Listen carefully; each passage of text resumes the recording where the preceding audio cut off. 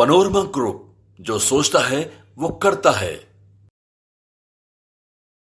नमस्कार, मैं विकास सिंह और आप देख रहे हैं भारत लाइव। देश में लोकसभा चुनाव की जो बिगुल है ये बज चुकी है और तमाम पार्टियां अपनी अपनी तैयारी जो है उसकी शुरुआत कर दी है। लेकिन बिहार की अगर हम बात करें तो बिहार में महाभारत शुरू हो गई है। नीतीश कुमार को कोई भी नहीं बचा सकता आधा दर्जन सीटों पर, यानी कि लालू प्रसाद से उन्हें न मोदी बचा पाएंगे और न ही कोई। आखिरकार क्या प्लान है, किस प्लान के तहत मोदी जी को पटकेंगे बिहार में, नीतीश कुमार को पटकेंगे बिहार में लालू प्रसाद यादव, सब चीज पर आज हम बात करेंगे। और तगड़ा जो प्लान है वो किस तरीके से लालू यादव तैयार कर रहे हैं। बाबा, महासंग्राम बिहार में देखने को मिल रहा है। इस महासंग्राम में बताया जा रहा है कि जिस तरीके से मोदी जी को और नीतीश कुमार को घेरने की तैयारी है लालू प्रसाद यादव से, वो क्या बचा लेंगे नीतीश कुमार को? देखिए, नीतीश कुमार और जो भारतीय जनता पार्टी के साथ जो एक नया फिर से गठबंधन बना है या रिश्ता जो जुड़ा है, उसमें नीतीश कुमार को कितना फ़ायदा होगा ये अलग बात है। हालांकि नीतीश कुमार अपने फ़ायदे के हिसाब से ही कहीं मूव करते हैं जी। उनको जैसा लगता है कि यहाँ हमारा फ़ायदा है तो वहाँ से वहाँ वो शिफ्ट होते हैं जी। लेकिन इस बार परिस्थितियाँ कुछ बदली हुई हैं। परिस्थितियाँ बदली हुई इसलिए है कि नीतीश कुमार पर एक लंबे समय के बाद फिर से एंटी इनकम्बेंसी जारी है और जिसको लेकर के ये कहा जा रहा है कि अगर एनडीए में सबसे कमज़ोर कड़ी कोई है तो वो है नीतीश कुमार। नीतीश कुमार ने 2019 के चुनाव में भी 100% प्रदर्शन नहीं किया था, जबकि उनके सहयोगी दलों ने, दोनों ही दल, चाहे लोक जनशक्ति पार्टी की बात कर लें या फिर भाजपा की बात कर लें, जितनी सीटें मिली थी वो सभी सीटें जीत करके आई थी। एक कमज़ोर कड़ी साबित तब भी हुए थे नीतीश कुमार, और इस बार भी कहा यह जा रहा है कि नीतीश कुमार कमज़ोर कड़ी साबित हो सकते हैं। खास करके नीतीश कुमार को टारगेट करने के लिए आप समझिएगा कि उनको 16 सीटें जो मिली है उसमें से 12-13 सीटें ऐसी है जिसकी चर्चा हम पहले से करते आ रहे हैं। हमने पहले भी चर्चा किया था, हमने आज भी खबर में किया था, 2 दिन पहले भी हमने किया था। जैसे सीट शेयरिंग का समझौता हुआ वैसे ही हमने बता दिया था कि नीतीश कुमार को कमज़ोर कड़ी समझ करके ही सीट शेयरिंग का समझौता करेगी राष्ट्रीय जनता दल। और लालू प्रसाद ये जानते हैं कि कहाँ पर नीतीश कुमार कमज़ोर हो सकते हैं। और अगर 2024 के चुनाव में अपने सुखाड़ को दहाड़ में बदलना है, यानी जो सुनामी है आई हुई, आप देख ही रहे हैं कि एक भी सीट 2019 में नहीं जीत करके आए थे और इस बार दावा कर रहे हैं कि 40 की 40 सीटों पे हम कड़ी टक्कर देंगे। तो ऐसी स्थिति में लालू प्रसाद ने जो प्लानिंग बनाया है वो बहुत ही घातक प्लानिंग है, बहुत तगड़ा प्लानिंग है। और इस प्लानिंग का सीधा सीधा असर देखने को मिल रहा है कि 16 में से 12 सीटों में तो सीधे राष्ट्रीय जनता दल भर से जेडीयू हो रहा है। अच्छा, ऐसी 12 सीटें जो है हम चाहेंगे कि उन 12 सीटों पर बताएं तो हम बता सकें अपने व्यूअर्स को और बिहार के लोगों को। वाल्मीकि नगर से हम शुरुआत करते हैं। वाल्मीकि नगर में क्या कुछ हो रहा है? वाल्मीकि नगर में लालू जी का क्या प्लानिंग है? देखिए, वाल्मीकि नगर की बात करें तो वाल्मीकि नगर में सबसे पहले तो लालू प्रसाद की प्लानिंग की बात करें। कल भी आपको याद होगा कि मैं खबर कर रहा था तो मैंने एक बात बताया था कि अंत में हम बताएंगे कुशवाहा फैक्टर है क्या। आज हम उस कुशवाहा फैक्टर पर से पर्दा उठाते हैं।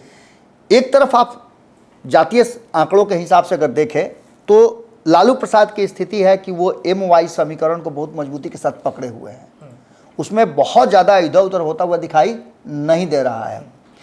अब जो कुशवाहा फैक्टर है वो उनके तरफ काम कर रहा है, क्योंकि कुशवाहा जो है नीतीश कुमार से काफ़ी नाराज है। साथ में आपने देखा कि भारतीय जनता पार्टी ने इसे अपने तरफ आकृष्ट करने का कोशिश किया, सम्राट चौधरी के हाथ में बिहार दिया। इसके बावजूद भी अभी तक कुशवाहा समाज अपना नेता उन्हें अच्छी तरह से वो अपने नेता के साथ जुड़ नहीं पाया है, अलग अलग खाने में बिखरा हुआ है। और जो जहां कुशवाहा समाज को देगा, कुशवाहा समाज में एक अलग से इंटरनल मीटिंग चल रही है कि जहां से कुशवाहा उम्मीदवार खड़ा होगा वहां उसको एक कुशवाहा उम्मीदवार को वोट देना पड़ेगा। सिर्फ आप एक जगह का छोड़ दीजिए, काराकट की बात छोड़ दीजिए, काराकट में दोनों कुशवाहा लड़ रहे हैं, लेकिन वहां समीकरण जो बन रहा है उसमें भी उपेंद्र कुशवाहा कहीं ना कहीं मुश्किल में है। वहाँ की हम चर्चा कर ही नहीं रहे हैं, हम चर्चा वाल्मीकि नगर से शुरू कर रहे हैं, जहाँ अभी ये सीट जो है जनता दल यूनाइटेड के पास है। और यहाँ फैक्टर क्या है तो कुशवाहा के अगेंस्ट में यादव को उतार करके लौकुश समीकरण को भी साधने की कोशिश की जा रही है। दीपक यादव यहाँ से अगर चुनाव लड़ते हैं तो वाल्मीकि नगर पर नीतीश कुमार के लिए मुश्किल होगा चुनाव को अपने हाथ में लाना। अब सेकंड सीट आता है यहाँ पर शिवघर का आ रहा है, तो शिवघर में क्या हो रहा है? देखिए, शिवहर के लोगों के साथ सबसे बड़ी बात है कि सीतामढ़ी और शिवहर दोनों सटा हुआ है। सीतामढ़ी का कहा जाता है कि नैहर ससुराल वाली बात है जी। एक तरफ जहां आप देख लीजिए कि वैश्य जो कि भारतीय जनता पार्टी का मजबूत वोटर है, वो इधर उधर नहीं होता है। एक तरफ जहां सीतामढ़ी से आपने बाहर कर दिया, वहीं शिवहर से बाहर कर दिया।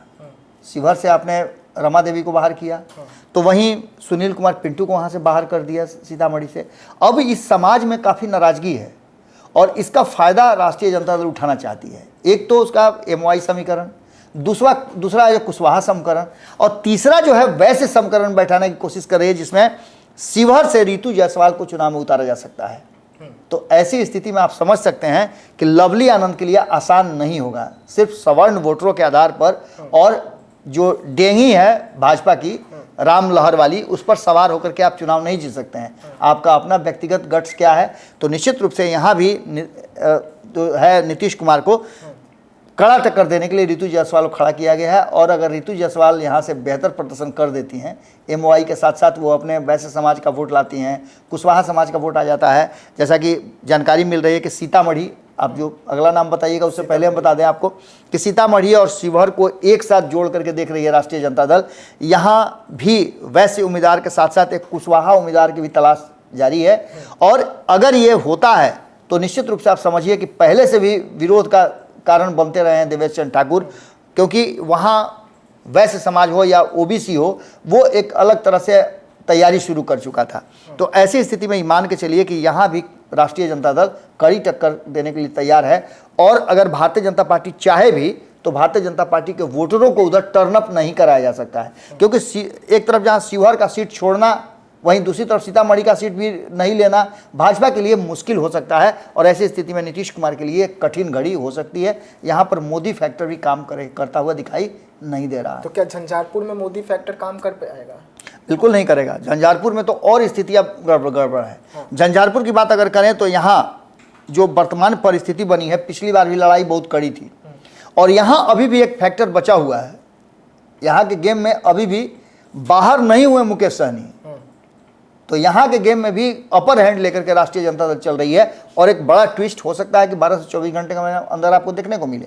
यहाँ भी नीतीश कुमार के लिए आसान नहीं होगा, क्योंकि आप एक बात मान के चलिए, कुछ ही ऐसी सीटें हैं, कुछ ऐसे उम्मीदवार हैं जो बिना किसी लाव लपेट के हम कह सकते हैं कि वो जीतते हुए दिखाई दे रहे हैं। उनके टक्कर में जो उनका विरोधी है, चाहे वो जिस दल का भी हो, वो उतना ज़्यादा समर्थ नहीं नज़र आ रहा है। कुछ लोगों ने काम किया है नीतीश कुमार की पार्टी के ही, उन लोगों का बेहतर रिकॉर्ड है, लेकिन बाकी के लोगों के लिए मुश्किल हो रही है। वहाँ मोदी फैक्टर भी काम नहीं कर रहा है, यानी झंझारपुर में भी स्थितियाँ ठीक नहीं हैं। सुपौल में क्या कुछ देखने को मिलेगा? सुपौल में नीतीश कुमार और मोदी का जादू चलेगा इस बार या राजद मारेगी बाजी? देखिए, सुपौल की बात करें तो सुपौल की एक अलग तरह की समस्या है। हमने कल भी चर्चा किया था कि सुपौल में जो वहाँ के स्थानीय लोग हैं उनके लिए बड़ी मुश्किल है, और उन मुश्किलों का सामना कैसे किया जाता है ये बात अच्छी तरह से आप समझ सकते हैं। उस मुश्किल से निकलने के लिए कहीं ना कहीं इस बार राष्ट्रीय जनता दल ने एक नया फैक्टर खोजा है, और इस फैक्टर में भी एक कुशवाहा फैक्टर जुड़ता हुआ नजर आ रहा है। या तो यहाँ से बैद्यनाथ मेहता को लड़ाएंगे, और नहीं तो दो नाम और तेजी से आगे आ रहा है सुपौल में। एक नाम आ रहा है चंद्रहास चौपाल का, दूसरा नाम यहाँ से और मजबूत आ रहा है IP गुप्ता का। कहा यह जा रहा है कि ये सीट सुपौल वाली जो है वो अदला बदली की जा सकती है, कांग्रेस को ये सीट दी जा सकती है। यानी कि यहाँ भी कहीं ना कहीं जीतने के लिए, दिलेश्वर कामत को हराने के लिए, पहले भी उन पर एंटी इनकम्बेंसी चल रही है, ये सीट भी राष्ट्रीय जनता दल मजबूत पकड़ के साथ बना रही है। और यहाँ भी कहीं ना कहीं फैक्टर जो है वो मोदी वाला काम करता हुआ दिखाई नहीं दे रहा है। पूर्णिया का बात करते हैं। पूर्णिया में खुद अब बात करें, महागठबंधन आमने सामने हो रही है। पूर्णिया में क्या जादू चलेगा? देखिए, टक्कर तो चल ही रहा है अभी तक। जब तक नॉमिनेशन नहीं हो जाता है तब तक ये कहना बड़ा मुश्किल होगा कि यहाँ होगा क्या। लेकिन अभी तक जो परिस्थिति है, उस परिस्थिति के हिसाब से निश्चित रूप से यहाँ संतोष कुशवाहा बेहतर दिखाई दे रहे थे। लेकिन यहाँ भी एक बड़ा खेल करके एक बड़े वोटर वर्ग को बीमा भारती के रूप में टिकट दे करके कहीं ना कहीं राष्ट्रीय जनता दल ने एक खेल खेला है, और हो सकता है कि ये खेल उसके पक्ष में भी जाए, क्योंकि संतोष कुशवाहा पर जो एंटी इनकम्बेंसी लागू है, और संतोष कुशवाहा के बारे में कहा यह जाता है कि पिछले 10 साल में जिस तरह से उन्होंने काम किया है, जनता के बीच नहीं पहुंच पा रहे हैं, उसको लेकर लोगों को नाराजगी है, और इस नाराजगी का फायदा राष्ट्रीय जनता दल और लालू प्रसाद उठा सकते हैं। मधेपुरा में क्या कुछ होगा? मधेपुरा में कौन बाजी मारेगी और क्या इससे क्या राजद को नुकसान हो सकता है? देखिए, मधेपुरा में भी फैक्टर जो है ना वो धानुक वाला लेके आ रहे हैं। संभावना ज़्यादा व्यक्त की जा रही है कि यहाँ जो 3-4 नाम चल रहे हैं उसमें यादव का फैक्टर तो यहाँ चलता ही है, लेकिन यादव फैक्टर पर कुछ और जो एड ऑन करने की बात है उसको लेकर के अभी तैयारी चल रही है। हालांकि यहाँ से नाम जो है चंद्रशेखर का भी चल रहा है, जो शिक्षा मंत्री थे, काफ़ी विवादित व्यक्ति भी रहे हैं, उनका नाम चल रहा है। मधेपुरा की लड़ाई में भी आप एक बात मान के चलिए कि यहाँ पप्पू यादव फैक्टर तो काम कर ही रहा है। अगर पप्पू यादव के साथ होगा तो हो सकता है कि पूर्णिया, मधेपुरा और सुपौल और अन्य जो क्षेत्र हैं उधर जुड़े हुए वहाँ थोड़ी मुश्किल हो सकती है, लेकिन राष्ट्रीय जनता दल ने जो प्लानिंग किया है वो प्लानिंग सीधे तौर पे नीतीश कुमार के लिए किया है और नीतीश कुमार पूरी तरह से वहाँ लड़ाई में 50-50 नज़र आ रहे हैं। परिणाम कुछ भी हो सकता है। बांका में क्या नीतीश कुमार को पटकनी दे पाएंगे लालू? बांका की लड़ाई में इस बार फिर से जयप्रकाश यादव को उतार करके एक कोशिश की गई है कि जिससे वहाँ बेहतर परिणाम निकाला जा सके। और बांका की लड़ाई को लेकर के आपने देखा होगा कि इर्द गिर्द के जो क्षेत्र हैं उन क्षेत्रों में अलग अलग जातीय समीकरण साधने की कोशिश की गई है। उसको लेकर के भी अब चर्चा चल रही है कि राष्ट्रीय जनता दल और लालू प्रसाद ने इस बार एक नया प्लान जो रचा है उस प्लान में कहीं ना कहीं नीतीश कुमार फंसते हुए दिखाई दे रहे हैं। मुंगेर में जो प्लानिंग हुआ है लालू प्रसाद यादव का, क्या तो मुंगेर का सीट पे भी फंस सकते हैं नीतीश कुमार? देखिए, मुंगेर की सीट पे अब तक जो परिस्थितियां थी, हालांकि ललन सिंह को हराना आसान नहीं होगा, लेकिन मुंगेर के बारे में कहा जाता है कि मुंगेर एक बार से ज़्यादा किसी को मौका नहीं देता है। तो यहाँ भी एक फैक्टर है और यहाँ खास करके अशोक महतो वाला जो फैक्टर है और उनके पीछे जो लोगों का एक हुजूम है वो कहीं ना कहीं डरा जरूर रहा है। लालू प्रसाद ने एक तीर ऐसा छोड़ा है जो तीर तो है जदयू के पास, लेकिन वो उल्टा मुड़ गया है। ऐसी स्थिति में ललन सिंह के लिए भी मुश्किल पैदा हो सकती है। अभी बहुत सारी चीज़ें बाकी है। अब देखिए, अगर नॉमिनेशन फाइल होते होते तक बहुत कुछ बदलेगा, लेकिन एक बात तो तय है कि लड़ाई यहाँ आसान नहीं है 2019 की तरह। और ख़ास करके टारगेट जो किया जा रहा है लगातार जदयू पे, उस टारगेट में जदयू फंसती हुई दिखाई दे रही है। अब हम 12वीं सीट पर आते हैं, नवादा सीट बीजेपी। नवादा से क्या कुछ देखने को मिल सकता है? देखिए, नवादा में जो फैक्टर है वो कुशवाहा फैक्टर है। MY के साथ साथ कुशवाहा फैक्टर यदि जुड़ जाता है तो यहाँ नीतीश कुमार के कारण जो है, चूँकि नीतीश कुमार कुशवाहा समाज को जिस तरह से साइड करके रखे, उपेंद्र कुशवाहा उसके अब जितना भी भाई भाई करके गले मिल लें वो अलग बात है, लेकिन जिस तरह से कुशवाहा समाज के नेताओं को उन्होंने बारी बारी करके साइड किया उसको लेकर के, और कुशवाहा समाज लंबे समय से इंतजार भी कर रहा था कि लौकुश समीकरण में उनका भी हिस्सा तो मिलेगा ना, लेकिन हिस्सा देने से हमेशा हाथ खींचते रहे नीतीश कुमार। उसका घाटा हो सकता है कि नवादा में जो कहा जाता है कि भूमिहारों के लिए चारागाह है, मुफीद है, तो ऐसी स्थिति में अगर कुशवाहा फैक्टर काम करता है तो निश्चित रूप से मान के चलिए कि खेल वहाँ भी गड़बड़ा सकता है। औरंगाबाद की अगर बात करें तो ये भी बीजेपी के पास ही है, तो वहाँ पे क्या कुछ होगा? बिल्कुल, यहाँ भी वही, औरंगाबाद में भी कुशवाहा फैक्टर काम कर रहा है। 7 आधा दर्जन से कुशवाहा को लड़ाने के पीछे का रणनीति आप क्या समझ सकते हैं? अब तक आप देखे होंगे कि रिकॉर्ड रहा है कि राष्ट्रीय जनता दल यादवों को अधिक संख्या देती रही है, लेकिन इस बार आधा दर्जन कुशवाहा को टिकट देना इस बात की तरफ इशारा कर रहा है कि लालू प्रसाद ने पूरा समीकरण बना करके कुशवाहा समाज के वोट को अपने तरफ करने के लिए, अगर उस वोट का 3.5% वोट का अगर 50% भी घींच लेते हैं तो आप समझ लीजिए कि मुश्किल जरूर नीतीश कुमार के लिए पैदा करेंगे, क्योंकि नीतीश कुमार का वोट बैंक आप जानते हैं कि लौकुश ही है। उसी बेस पॉइंट पर आज पिछले 17, 18, 19 वर्षों से वो बिहार की गद्दी पर बैठे हुए हैं। तो औरंगाबाद में भी लड़ाई आसान नहीं होने जा रही है। अभय कुशवाहा को सामने खड़ा करके, और वो भी नीतीश कुमार के खेमे से आए हैं, लड़ाई यहाँ भी खड़ा हो गया है। और ये लड़ाई भारतीय जनता पार्टी जीत जाए तो अतिशयोक्ति होगी, लेकिन एक बात आप मान के चलिए कि नीतीश कुमार के चलते यहाँ भी सुशील कुमार को पूरी तरह से फंसता हुआ दिखाई दे रहा है। जी हाँ, तो देखिए लालू प्रसाद यादव आरजेडी सुप्रीमो, उन्होंने इस तरीके से रणनीति अपनाई है और बिहार में महाभारत की जो शुरुआत हुई है, इस महाभारत में नीतीश कुमार फंसते हुए नजर आ रहे हैं। लालू प्रसाद यादव की रणनीति के आगे पीएम मोदी, यानी कि जो बताया जाता है कि मोदी फैक्टर जो है वो चलती है चुनाव में, लेकिन वो भी लालू प्रसाद यादव की रणनीति के आगे फेल होती हुई नजर आएगी बिहार में। और नीतीश कुमार को चारों ओर से घेरने की तैयारी जो लालू प्रसाद यादव ने की है इन सीटों पर, वो बहुत महत्वपूर्ण हो जाता है। और ऐसे में क्या कुछ रणनीति अपनाएंगे नीतीश कुमार और मोदी का जादू देखने को मिलेगा इन सीटों पर या नहीं, ऐसे तमाम खबरों के लिए आप बने रहिएगा भारत लाइव के साथ। दीजिएगा इजाजत, धन्यवाद। पनोरमा ग्रुप, जो सोचता है वो करता है।